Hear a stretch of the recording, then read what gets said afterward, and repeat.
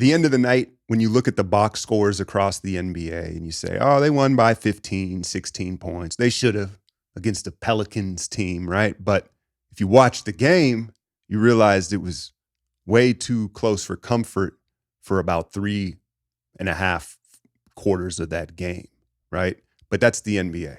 Yeah, I know I keep stressing that point. And my point is there's a ton of box scores like that across the league. You say, oh, they won by 15, they won by 20. But really, it was a close game, longer than you thought it would be.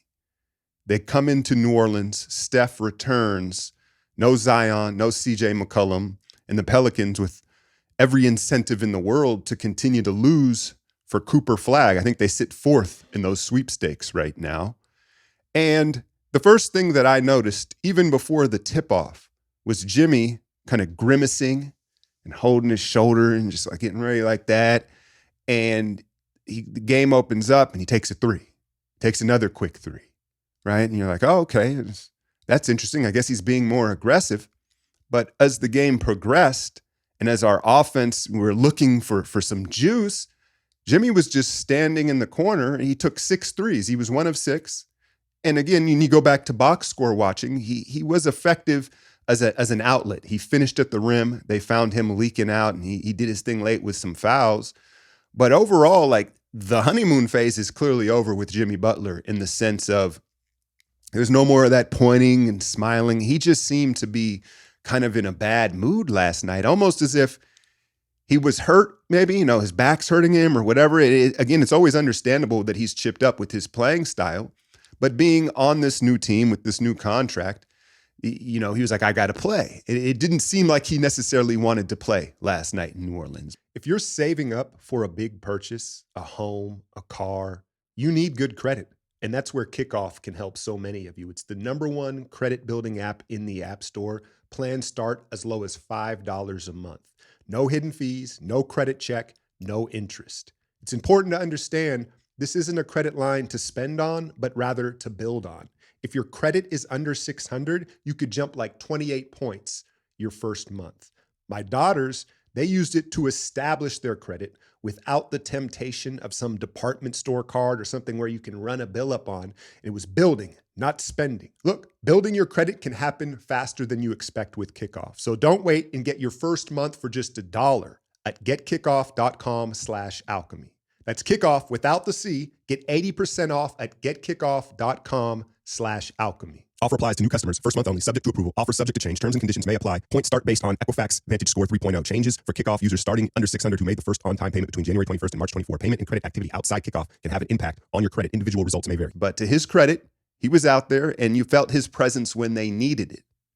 But what that also did was open up more opportunity for Jonathan Kuminga.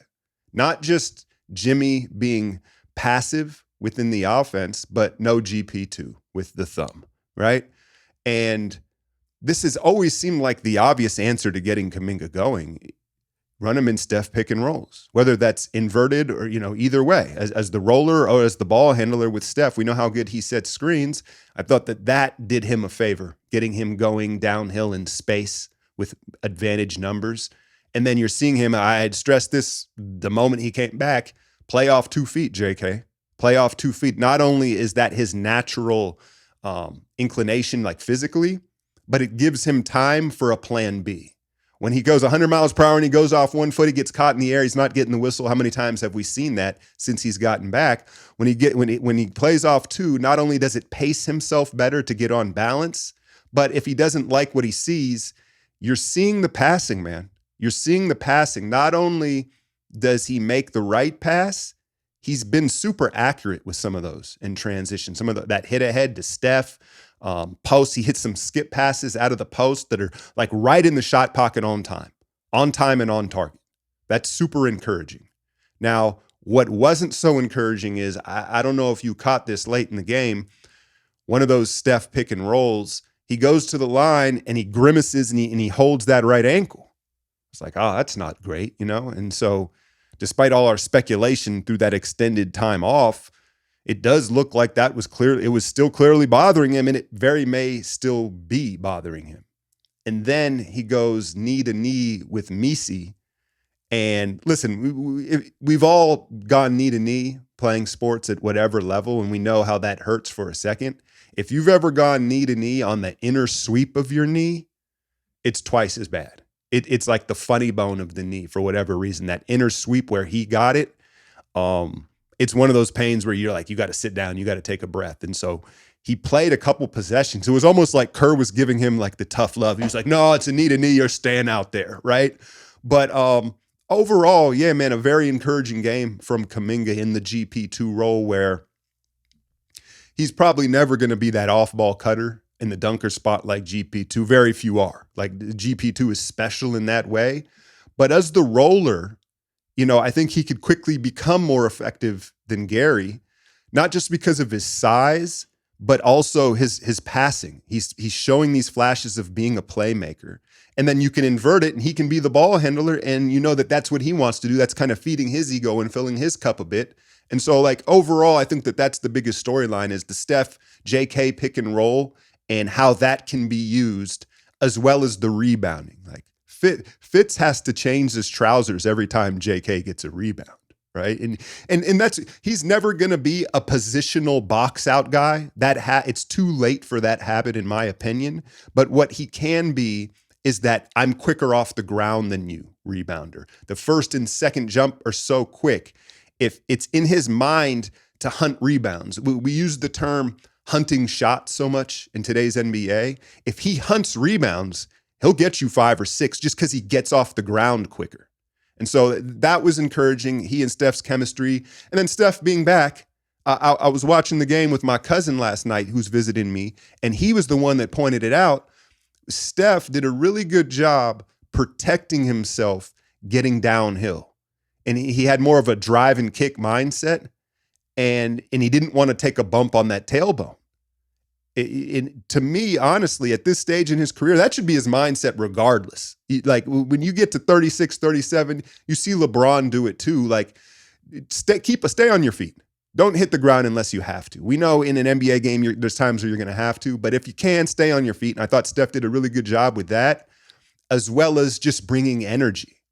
The team looked lethargic. Frankly, they looked like they drained themselves on South Beach, if you know what I'm saying. But Steph didn't, right? And it was a nice role reversal, because a lot of the time, I won't say a lot of the time, but there are times where we've been leaning on Steph for too long during like a week of the season. And you're like, oh, Steph's tired tonight. Like, he doesn't have the energy. We need the energy from someone else. But last night, it was Steph that brought the energy to this road-weary team. And another thing that's sometimes Steph will shoot really well, but not necessarily play well, in my opinion. You're like, well, he hit 7 threes and the numbers look good, but overall, I didn't really love some of the stuff. This was the other way around. What is he, 5 of 16 from 3? But he played really well. His presence and his energy we desperately needed. He was engaged. His mind looked sharp. And so his aggression, albeit not efficient, I think was really good. He looked good. He was moving the ball, and it was a much needed return from the chef. I want to talk for a minute about how important Quinton Post is becoming, because the start of that fourth, where we finally got some breathing room, he was a big part of that.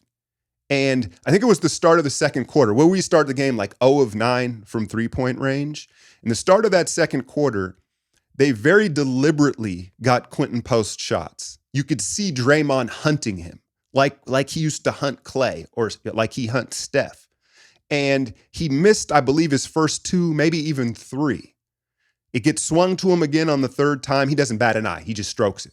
He hits a couple jumpers, right? And that is one of the real separators between a great shooter. A lot of these guys can shoot. How confident do you stay when you miss your first 2, 3, 4 shots?